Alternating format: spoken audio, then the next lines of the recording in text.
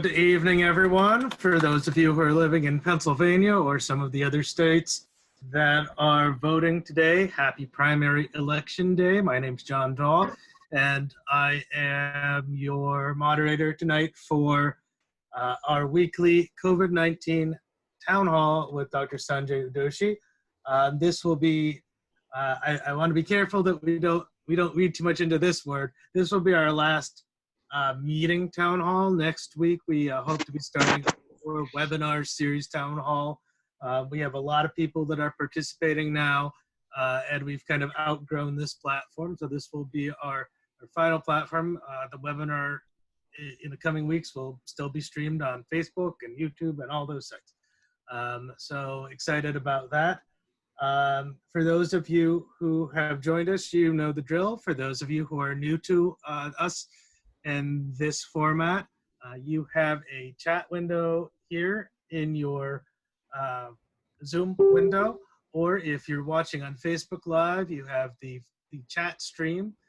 The chat stream that we pay attention to, or I watch very closely, is the one on Sanjay Udoshi MD's page. If someone's shared this or is doing another meeting, we may not see your message, but you're always welcome to join the Zoom as we go. And with that, I'm happy to turn it over to Dr. Udoshi. Thanks, John. So hello, everyone. This is our 11th town hall, and I'm extremely proud and happy to have with us a special guest who will be talking about the psychosocial impact of COVID. And I'll be doing a more formal introduction to Dr. J.J. Racimis, but he is a friend of mine from childhood, basically, and it's just an honor to have him with us. So one other thing I will mention, that he is in the city of Minneapolis right now, and that's where he lives. And we thank him again for making himself available. I know that it has been an extremely stressful time for all of the residents of Minneapolis and St. Paul. And you know, we extend our love and support to him, his healthcare community, his friends, and even those who surround him in his neighborhood. So that being said, I'm going to cover a few topics very quickly because the remainder of the town hall will be entirely devoted to allowing everyone to interact with Dr. Racimis and also ask questions.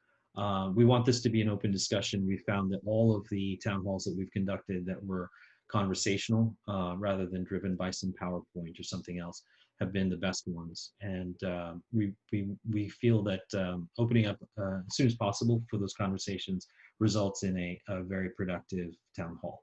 So that being said, I will cover a few topics very quickly. The first one is that as an observer and somewhat assisting in the process of addressing COVID throughout the country and more locally here in Pennsylvania, I've been observing the briefings of the secretaries of health throughout the country. Some of them are extraordinary. Some of them are really, really models that should be held up. There's a gentleman in Lincoln, Nebraska that I've been posting to the resource page who does a 10 to 12 minute summary every day. And it's an extraordinary expression of information about his community, but also about the national trend. Here in Pennsylvania, I follow Dr. Rachel Levine, who is our Secretary of Health. And I want to mention something very important about some of the observations that I've had in being part of the briefings and watching the interaction between the press and her, as well as the questions that come live off of the web. Nearly 80% of the comments from the public have been extremely hurtful and derogatory. Dr. Levine is transgendered, and the transphobia, the hatred, and the bigotry that she has to work in that environment and see those live messages stream by has got to be, you know, horrifying. And I would like all of us here in this town hall to understand how demeaning that is and how detrimental it is to the entire process of information sharing. One, if you are, sharing derogatory comments during her a live stream, you're distracting yourself and you're distracting others who are missing the message that she's trying to share. And sometimes that message is extremely important to your safety. Okay. So if you know anyone that's doing it, tell them to stop. It's unacceptable. Okay. She is highly qualified. She's highly intelligent. She is in service to the public, and she deserves our attention and our respect. And I, for one, won't tolerate it. And if I see others doing it, I will call them out. Why is this even a healthcare issue? Why am I bringing it up in town hall? Well, today we're talking about psychosocial health. We're talking about mental health, and we have one of the country's premier experts. I can't put it any other way. So open your minds and hearts, let go of prejudices, and ask him questions. These are healthcare issues to me when I hear that an EMT committed suicide in New York after weeks of suffering the horrors of bringing patients to the hospital, gasping for breath. 23 years old. It becomes a healthcare issue to me that a woman, Black woman who had struggled through poverty to become an EMT is shot and killed in Louisville. And the community is shocked by that. There is a psychological effect that we must examine, and we must bring forward as healthcare professionals. She's part of our family, and we take care of our own. And so I will bring that up as well. There is harm being done to healthcare workers. It is in words, and it is in the form of self-harm. We've seen a physician take her own life in New York, and it is the trauma is real, and then we're here to examine that.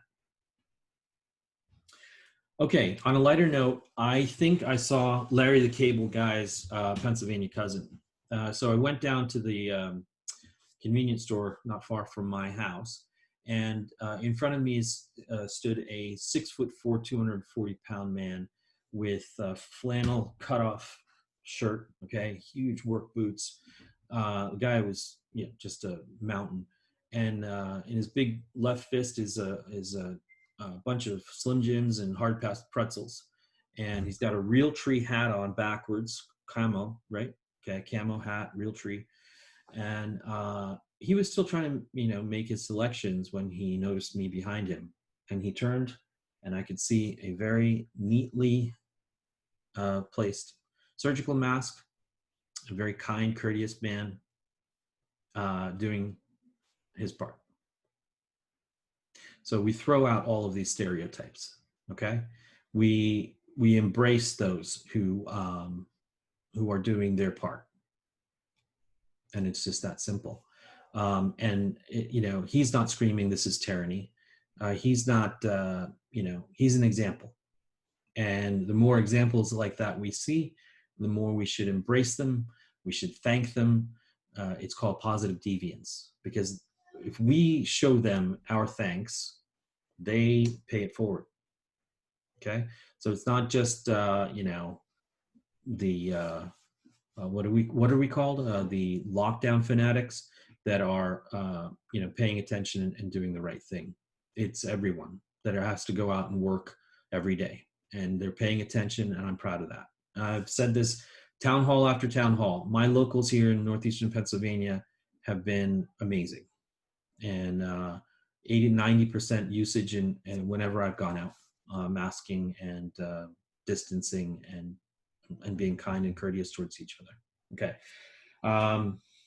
So I'm going to introduce JJ now, but I have two more points. The battle is lost in the United States against COVID. We have to come to grips with that. We have blown through any attempt at containment. Our mitigation strategy has failed. We have lost over 100,000 Americans to this disease. And we have the highest number of deaths and the highest number of cases in the world. So we need to face it now. And in contrast, and as evidence that we have failed, we have other, developed nations, the OECD nations, as we call them, like Taiwan, New Zealand, and South Korea, that have done an outstanding job of containing the disease and protecting their populations. We have failed. So now we have to deal with the consequences of that failure. And one of those consequences is the sequelae. The sequelae in the psychosocial and in the actual physical morbidity that comes with thousands of patients struggling, hundreds of thousands of patients recovering, struggling to recover, and carrying the disease burden with them, not just after they felt better and the fever has come down, but now for months and maybe even years. So that's why the New Zealand model is the victor and the Sweden model is the failure. And you will begin to see the Sweden model change, and it will start to selectively lock down populations and selectively go forward with a more serious strategy on how to lessen the impact. Okay, on that, protests here in the United States.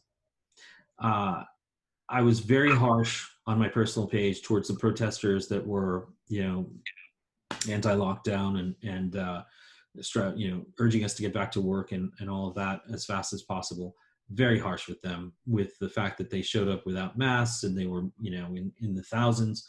And here in Pennsylvania, at least it was small, it was in the hundreds, but in other states, thousands. Now there are protesters in the tens of thousands in our city centers, variable mask usage, extremely angry, screaming, chanting, and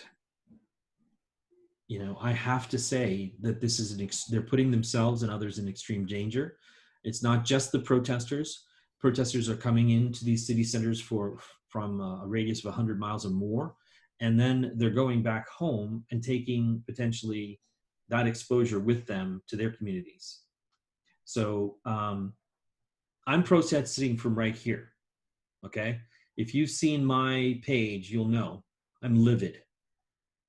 But I'm protesting from right here, and I urge all of you to do the same, all right?